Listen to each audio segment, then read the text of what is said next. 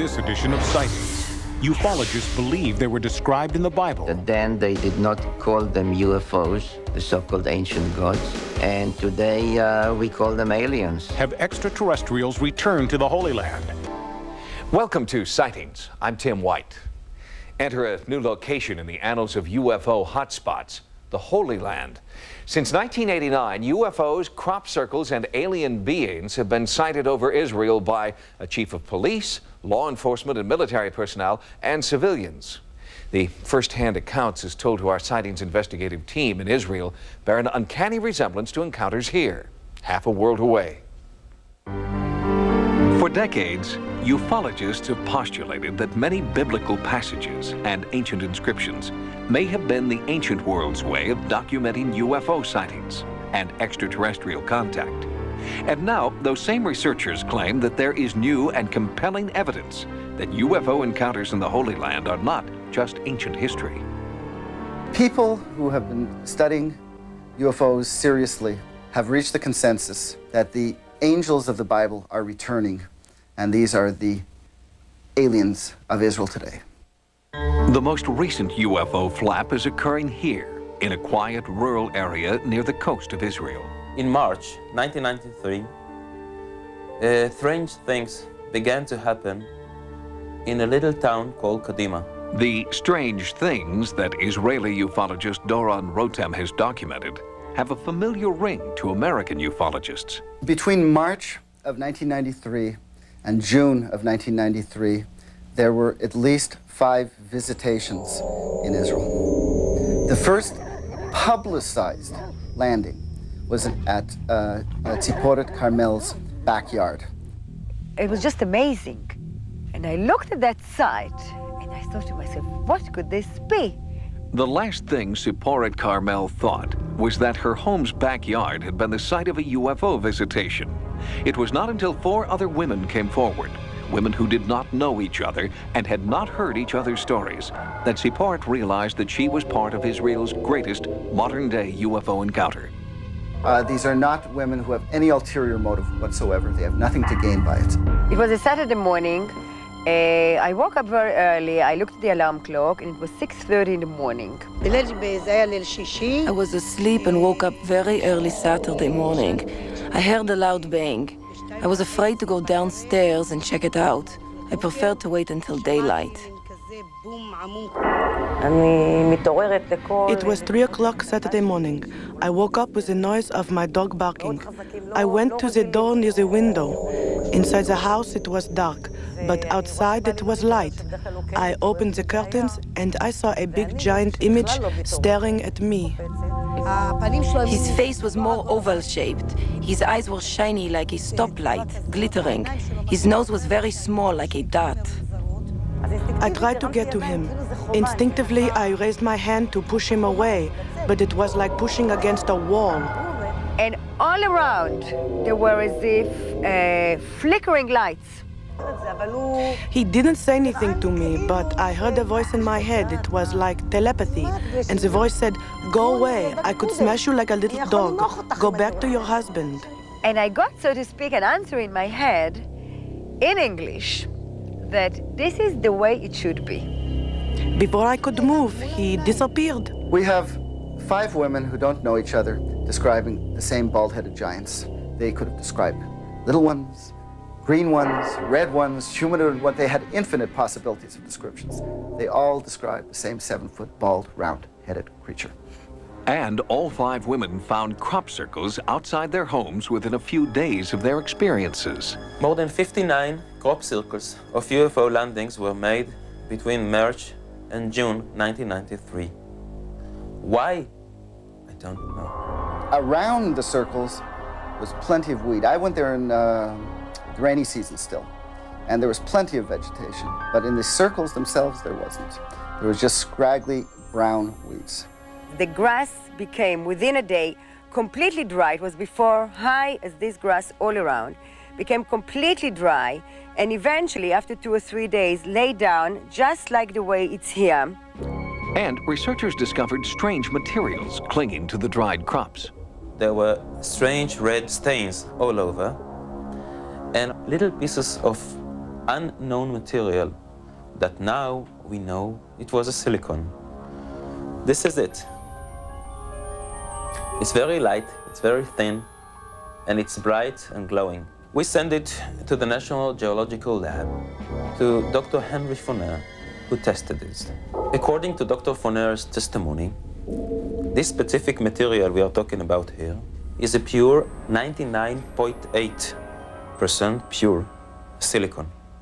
It does not exist naturally on Earth. When details of the Kadima encounter came out in the media, other residents in the area began to come forward with stories they had kept secret for several years, out of fear of ridicule. In 1991, Eli Cohen, a young and ambitious businessman, was awoken one night when his house glowed from the inside. I was standing near the kitchen window. I looked up and I saw an eye, a big eye with a light. Eli claims that the object appeared about 3 nights. Each night, about 3.5 hours. It was glowing, it was hovering, it was moving, it made no sounds, no hum noise, and whatsoever.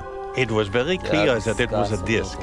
I didn't need anyone to convince me that it was something from outer space. It's just like a Mexican hat-shaped object, must be about 30 meters in diameter, with a round big hole on the bottom.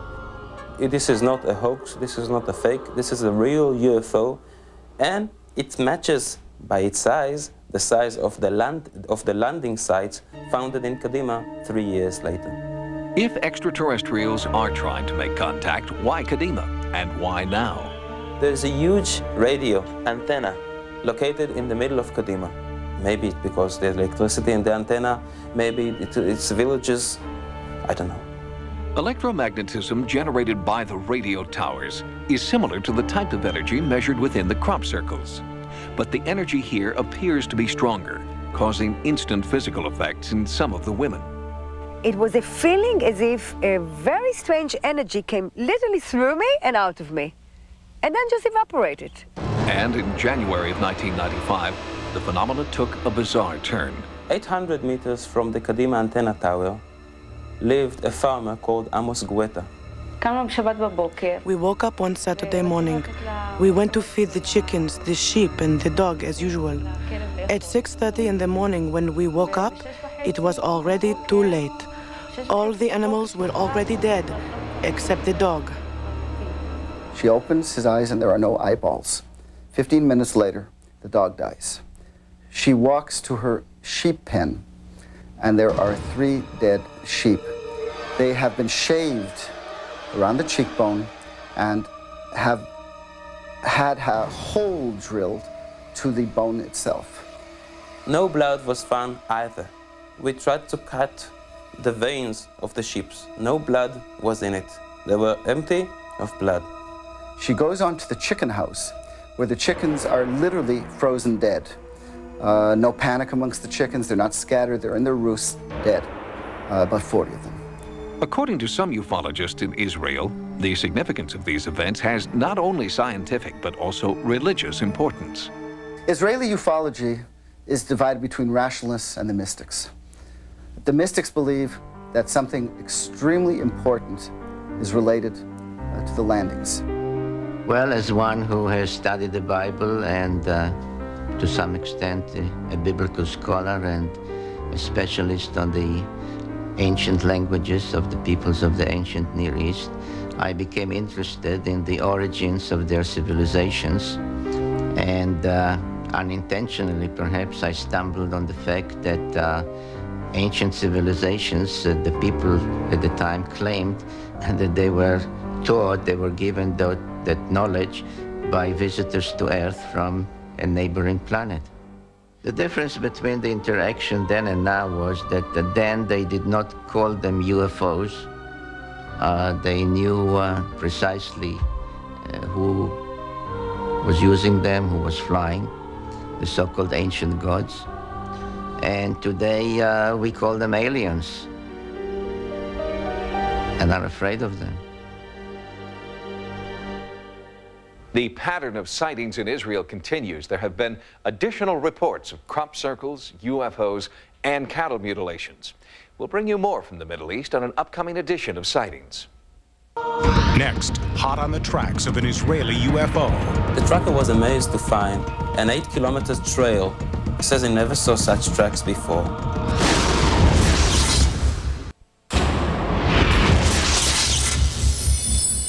UFO sightings are continuing in the Holy Land. Recently, we heard from one of Israel's leading UFO researchers, Doron Rotem, about new sightings of a mysterious craft and contact with a large alien being in the small village of Yatzitz in central Israel. In this Holy Land, on this ancient soil, people with polar views struggle to coexist because this is the birthplace of three great world religions. And that is why, ufologists tell us, it is perhaps destined that alien visitors would choose this place as their Mecca too.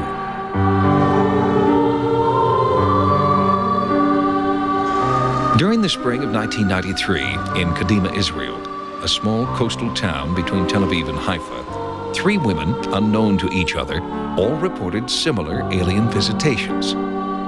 He was very tall. He was almost 3 meters tall. He was a giant, very tall, with big eyes. His face was more oval-shaped. His eyes were shiny like a spotlight, glittering. And all around, there were as if flickering lights, like that. Before I could move, he disappeared. Each of these encounters occurred on a Saturday, the Jewish Sabbath, and at the same exact time and in the same exact manner. And in each case, strange circles were left behind after the encounter. The grass became, within a day, completely dry. It was before high as this grass all around. Became completely dry, and eventually, after 2 or 3 days, lay down just like the way it's here. Most recently, 2 years after the Kadima visits, the otherwise quiet town of Yatzitz is suddenly in a panic after village leader Herzl Cosentini reports a frightening encounter with an alien being. It is Friday evening at the beginning of the Jewish Sabbath. I was visiting a friend whose name is Danny Azar. I was at his place at around 8:30. About 9:30, something passed by the house that caused shaking. It rattled the windows and doors. I was curious to find out what happened, so I opened the door. I saw something very strange. I was very scared by it. As soon as my friend saw it, he fell down because he was so scared. And they didn't try to follow it. What they do is lock themselves in the room and call the police. Doron Rotem is a horticulturist by trade, but for 20 years, he has also been one of Israel's most respected UFO investigators. Rotem interviewed Herzl and Danny the morning after their encounter. He discovered that the men reported a creature very similar to that reported by the women of Kadima. It's hard for me to describe its face because the face was projecting something. I don't know whether it was heat or blinding light, but I do remember that its face was glowing intensely. It had like 2 eyes, then something around the head that was blinding. It looked like a human being, 3 to 3.5 meters tall, perhaps 1.5 meters wide. I estimate its weight at half a ton. In the field where the men claimed to have seen the creature, there was no crop circle, but a calling card of a different kind. Strange footprints, unlike any the two farmers had ever seen before.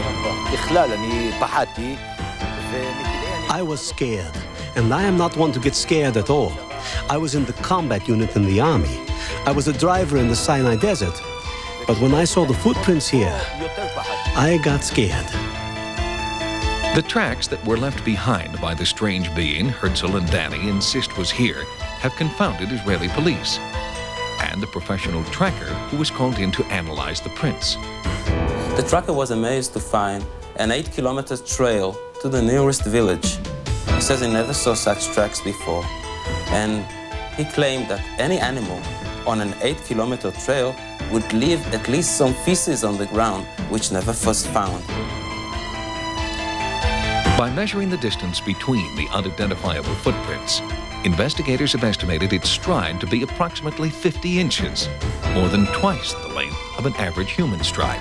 It has a huge front track that's stuck into the ground to 35 centimeters, And then, after it stuck, a little feminine hair appeared in the back. It doesn't find on humans, it doesn't find on animals, so it indicates that there was something else over there. Herzl Cosentini is a man who claims he has never believed in aliens or UFOs. But after his encounter, Herzl has had to re-examine his beliefs. As of today, my curiosity is sparked, and I would be interested in taking a look at what it's all about. We were raising cows once, horses. We've seen everything. A thing like this, it's not a thing you see every day. This is the plaster cast of one of the Yahtseet's footprints. For now, it's all the UFO researchers have to go on, because since Herzl Cosentini's sighting, the creature has vanished. Later, every month for the past year, people in Brazil witnessed the same mysterious objects in the sky. It was a pulsing moon, blue, and then it became an intense green, turning around, pulsating. But is it a UFO or religious miracle?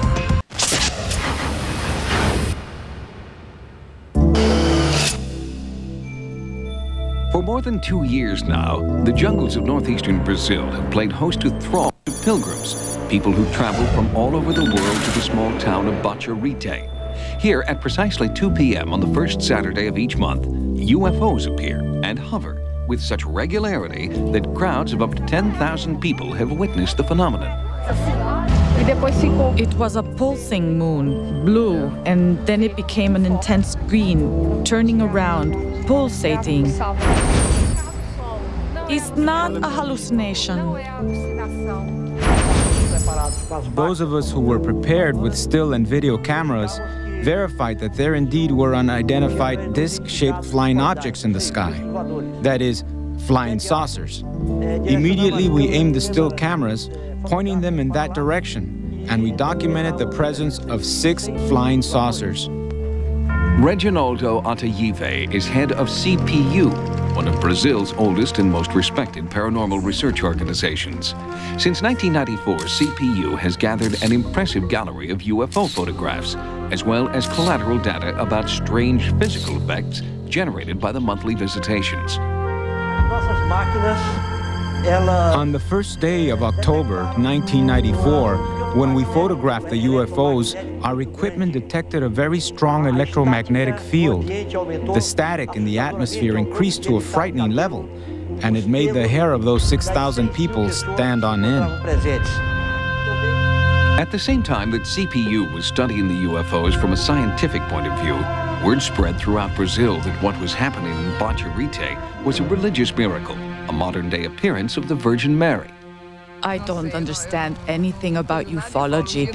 I couldn't say I'm here with the faith that it's something from God. I felt the presence of the Lord. The only ones who don't feel it are the ones who don't have faith. The Virgin speaks to us through the sun.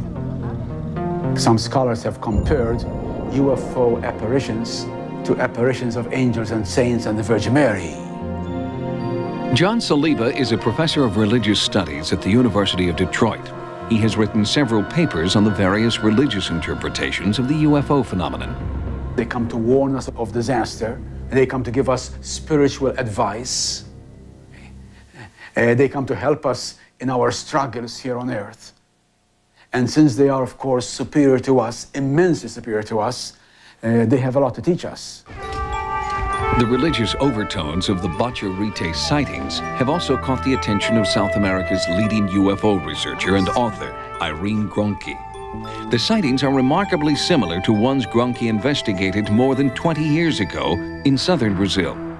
A little girl of 5 watched a UFO emitting a beam of light to the opposite side, where her mother and sisters were watching the clouds and saw Jesus Christ sitting and Our Lady. But it was a hologram. It was not the real thing. Gronke is now working with Reginaldo Atayive and CPU on the Bacharite sightings. It is a unique cooperative effort, exploring the UFOs here from both scientific and spiritual perspectives. The religious people were very resentful of the scientific people, and vice versa.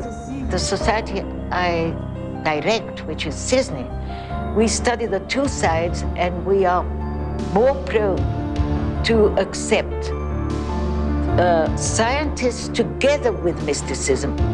On her most recent visit, Gronke examined new photographic evidence at CPU headquarters, and she spent several hours at the local newspaper's archives, studying the trend of press accounts. Of course, this is very important for us ufologists when both the press and the authenticity of the photos is proved. The following day was the first Saturday of the month, and a Sightings investigative team accompanied Brazil's preeminent ufologists to Baturité. At 2 p.m., a local religious leader announced the arrival of the Virgin Mary, and all eyes turned to the sky. Although no one on our team nor anyone in the Brazilian contingent saw any UFOs, many people in attendance were sure that they had had a supernatural vision. It was the pupil of the Virgin Mary, from the eye of the Virgin Mary. Based on her investigation at the site, Gronke believes that the Baturité sightings are being viewed from two angles, the scientific and metaphysical, and that like a two-way mirror, your angle determines what you will see. I believe that throughout the ages, our extraterrestrial superior beings have been trying to teach mankind progress in ethical codes, and have used the means proper to the state of preparation that they found the populaces in. They are now trying to take us a step further. That is why it's so important that Ataidi photographed what was seen in the clouds, which was not an image of Jesus Christ or our Virgin Mary, but really UFOs. Gronke believes she understands why most people at Baturité are seeing Christian symbols and not extraterrestrial beings or spacecraft. The reaction of the people, of the crowds that were present, was that of fervent Catholics who see these things in the church and believe they see Our Lady. That shows you that all this information they've had throughout the centuries is very well ingrained into people's subconscious.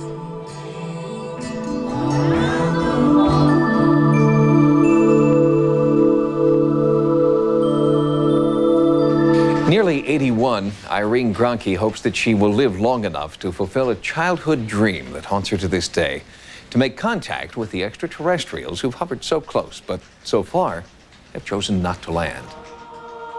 Next. I can't even get a baseline to even begin to take measurements. Something is very peculiar inside this place. The energy of sacred sites.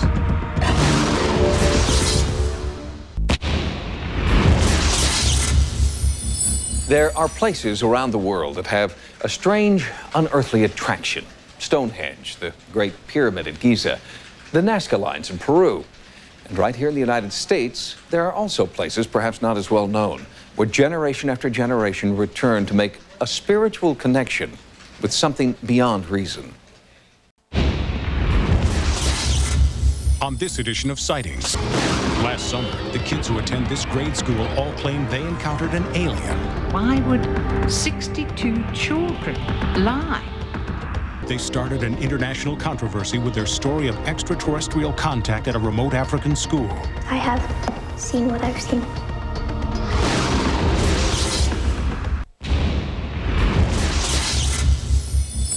At the recent International UFO Congress held in Sheffield, England, Sightings team members heard their first account of a major UFO sighting in Africa. It was particularly intriguing because the eyewitnesses were school children who had not had any exposure to popular press accounts of UFOs. On September 14th, 1994, something flashed through the sky in southern Africa, alarming a few and confounding everyone. It was a UFO. 2 days later, 62 school children in Ruwa, Zimbabwe, claimed they had seen a UFO land in the schoolyard. It it was dismissed as fantasy until one UFO researcher began insisting that the children were telling the truth. This object landed with the 3 or 4 things beside it, and then a door opened, and this little man got out who had on a black suit. Cynthia Hind is one of Africa's leading ufologists. She interviewed the children the day after their encounter and had them draw pictures of the strange visitors they had seen. They were very slim, the suit was black, but it was the eyes that was frightening. In 1995, Hind brought worldwide attention to the Ruwa children when she presented their case at the 8th International UFO Congress in Sheffield, England. Why don't they try and form some sort of panel, not necessarily Americans, it could be United Nations, to check out these stories? Why would 62 children lie? In Ruwa, a few weeks after the conference, a full on-site investigation began under the direction of Harvard professor of psychiatry, Dr. John Mack, who is now producing a documentary film about the Ruwa encounter. It was silver, and the ring around it was red. Was red. Did light come from the whole thing, or? There are lights around here. Lights along the edge there. How many of the strange beings did you see? I saw one over here. They had eyes like that, and they were kind of just like looking at us. They were like kind of astonished at what we were. I felt scared. It felt scary? What was scary about it? Well, I felt scared because I've never seen such a person like that before.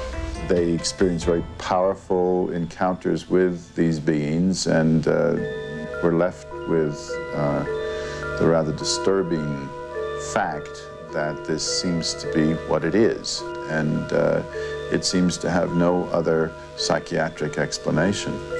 More disturbing still was what the children told Dr. Mack about the purpose of the alien visit. It was a dire warning Mack had heard more than 100 times before from people in the United States, half a world away. And yet their doomsday scenario was being repeated to the last detail by the Ruwa children. Fungi, what do you imagine is his reason for visiting Earth? I think it's about something that's going to happen. Something that's going to happen? Yes. What I thought was maybe the world's going to end. Maybe they're telling us the world's going to end. I think they want people to know that we're actually making harm on this world and we mustn't get too technologized. How did that get communicated to you? I don't really know, but it just popped up in my head. Pollution? Yes. He never said anything. It's just that the face, the eyes, they looked horrible. And the eyes, the horrible look, had that information that you just told me? Yes. Now, the people in Africa don't have television. They might have a radio, but I can tell you the media don't deal with UFOs there. They're a bit nervous of it. So where would they pick it up? Is it a mass telepathy? While some researchers are suggesting the Ruwa sightings were created by mass hallucination, Dr. Mack hears a different story from the children. If someone were to say, well, you know, you just have a lively imagination and you made this up, what would you say? I haven't been influenced by any of my friends. I have seen what I've seen. Because of political instability in many African nations, it's been impossible to get an accurate accounting of UFO sightings there. Ufologists are eager to investigate several reputed hotspots, but field investigations in Mozambique and Rwanda have been put on hold.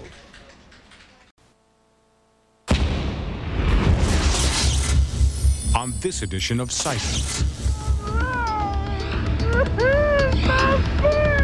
it is the most famous and well-documented abduction case on record.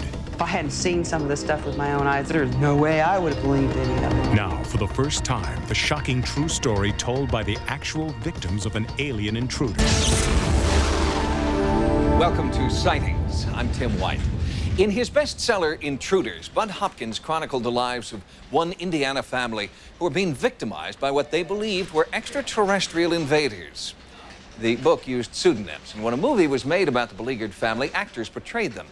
But now, after more than a decade, the real families agreed to come forward. Here are their first-person accounts of life with the intruders.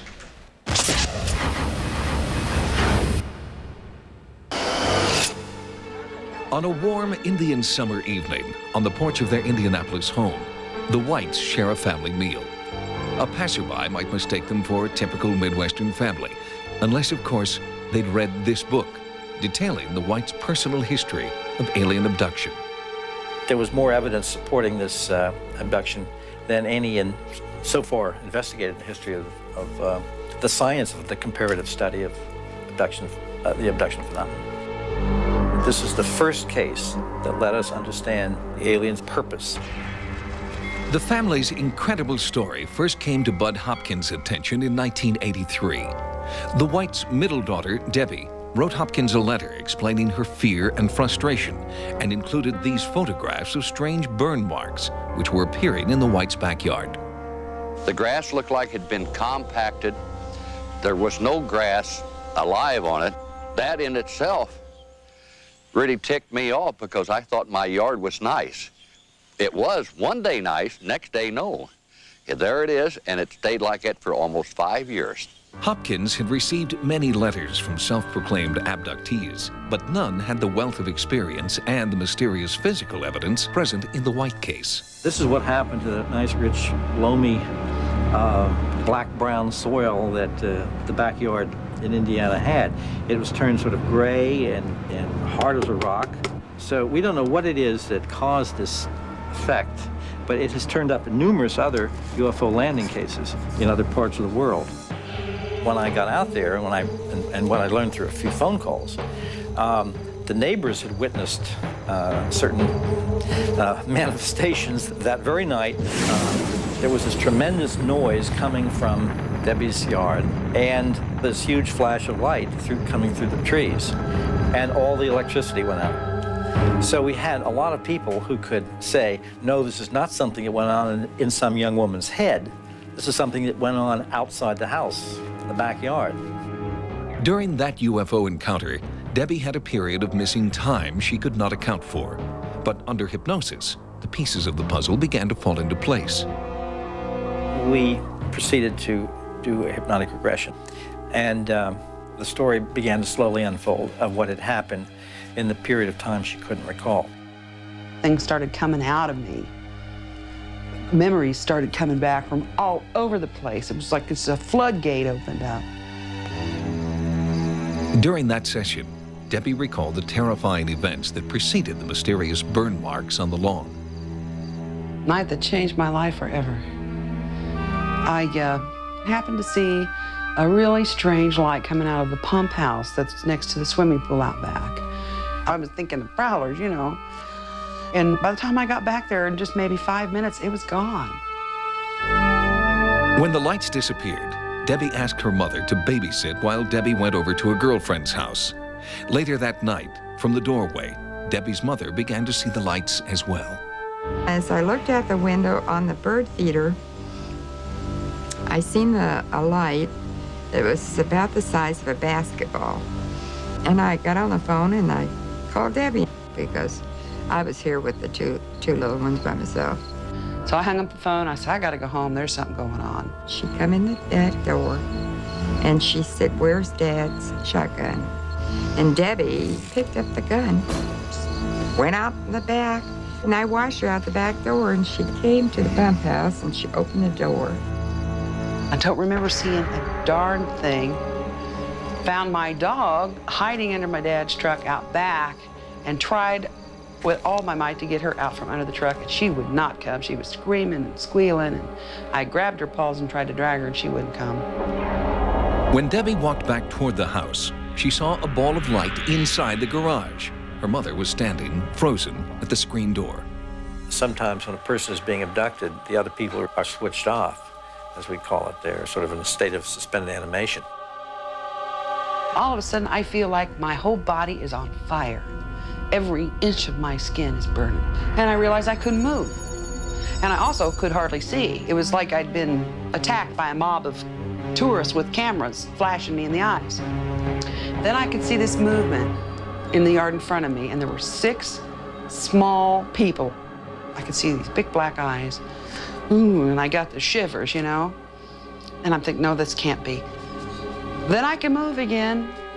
It's like I blinked and all this stuff was gone. Later we figured out I was gone in like an hour and a half, and I don't remember like 10 minutes.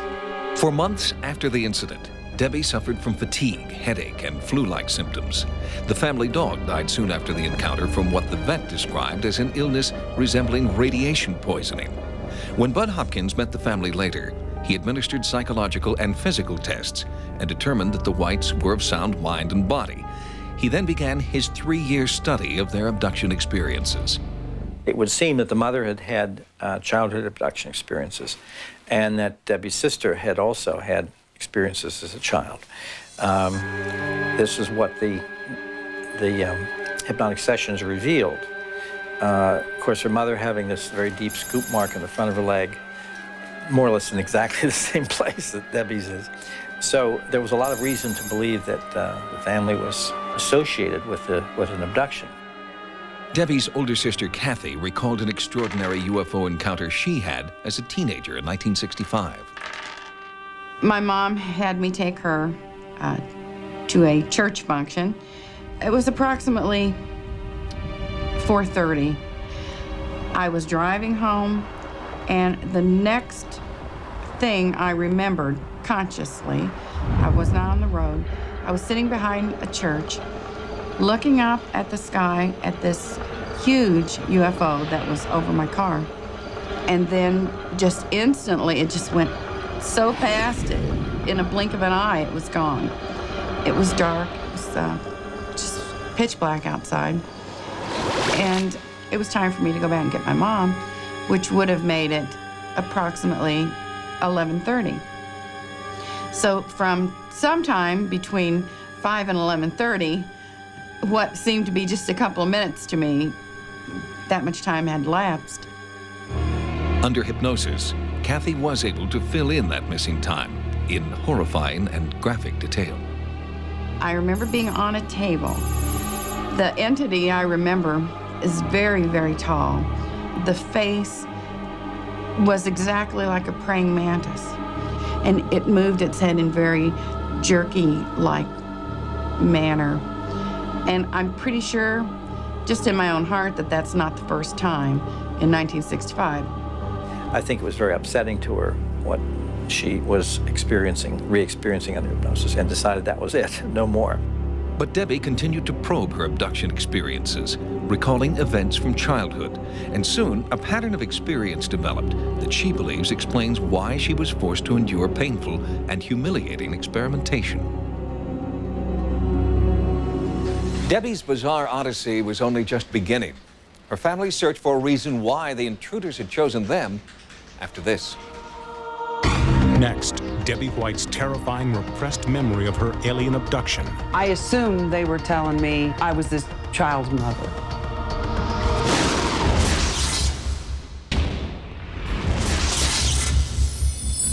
By 1985, Debbie Jordan and her sister, Kathy Mitchell, were in the middle of a nightmarish series of experiences they could not explain.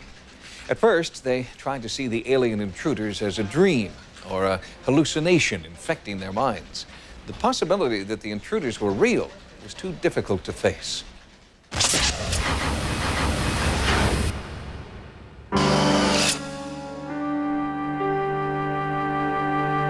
Bud Hopkins' 3-year investigation concluded that the White family of Indianapolis had had a 30-year relationship with extraterrestrial forces Hopkins dubbed the Intruders. And when daughter Debbie was hypnotized and regressed back to earlier alien encounters, she revealed the sinister purpose behind the family's chain of abduction experience. What you are about to hear are the actual tapes from her hypnotherapy sessions. Something's not right. Okay, Debbie.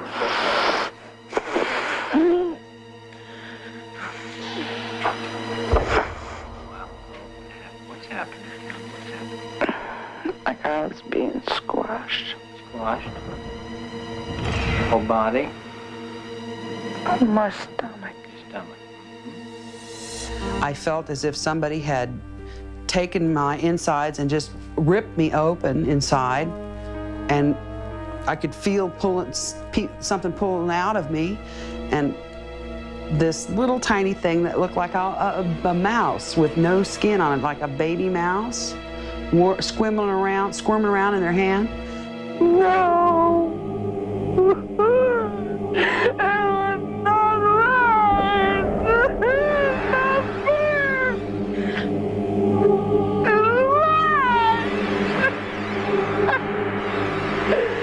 That is a woman crying out in pain, emotional pain, that her child is being taken from her.